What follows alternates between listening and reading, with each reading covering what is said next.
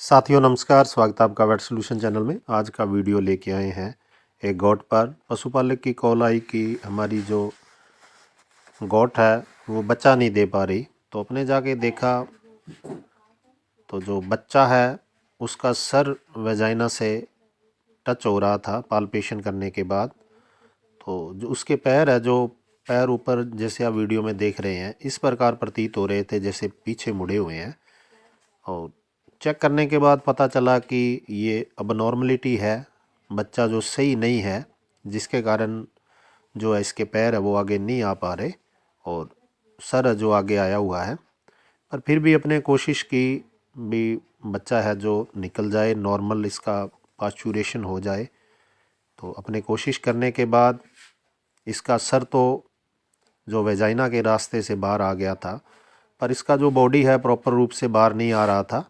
Force ज़्यादा करने के कारण ब्लीडिंग भी हो सकती थी, इसलिए अपने इसको फोर्स नहीं किया और पशुपालक को समझाया कि जो नॉर्मल पास्चुरेशन है वो संभव नहीं हो पाएगा, क्योंकि जो बच्चा है ऊपर से पालपेट करने के बाद ऐसा प्रतीत हो रहा है कि उसके जो पैर है वो पीछे की ओर मुड़े हुए हैं और पैर उसके प्रॉपर रूप से सही नहीं है। चारों पैर जो है इकट्ठे प्रतीत हो रहे थे। तो पशुपालक ने और ट्राई किया, एक शेफर्ड ओनर को बुला के उसने भी प्रयास किया।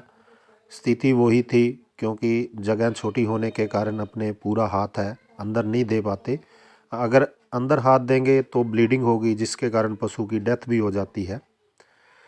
तो पशुपालक की अनुमति मिलने के बाद अगर अपने गोट की जान बचानी थी तो सर्जेरियन ही करना था।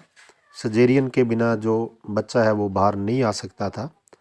तो इसका जो अपने सर्जेरियन किया है, सर्जेरियन करने के बाद ये बच्चे की स्थिति देखो कितनी अबनॉर्मलिटी है।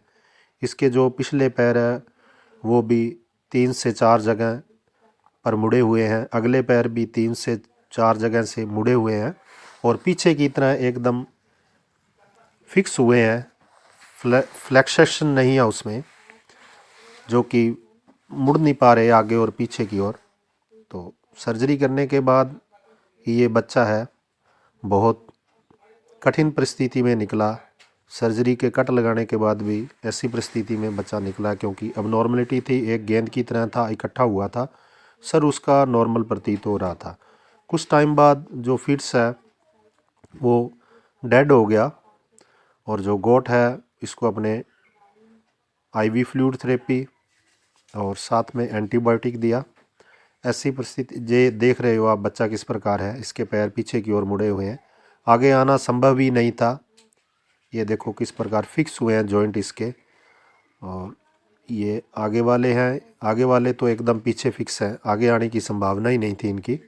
तो ये बच्चा जो है नॉर्मल पास्चुरेशन से बाहर नहीं आ सकता था। सर्जरी करने के बाद अपने फ्लूइड थेरेपी दिया इसको और साथ में एंटीबायोटिक थेरेपी है जो कंटिन्यूस 3 से 4 दिन तक। और जो गोट है वो सर्जरी करने के कुछ टाइम बाद ही खड़ी हो गई, क्योंकि एनेस्थीसिया हमने लोकली ही दिया था और रीजनल एनेस्थीसिया बहुत कम दिया था। इसके कारण है जो गोट वो जल्दी ही जो कॉन्शियस स्थिति में आ गई। और दूसरे दिन का आप वीडियो देख रहे हैं, दूसरे दिन का ये वीडियो है, जिससे कि गोट है वो पूर्ण रूप से सही है, दर्द नहीं मना रही है, पर जो अपने एंटीबायोटिक थेरेपी है वो कंटिन्यूस 3 से 5 दिन तक अकॉर्डिंग टू सिचुएशन देंगे।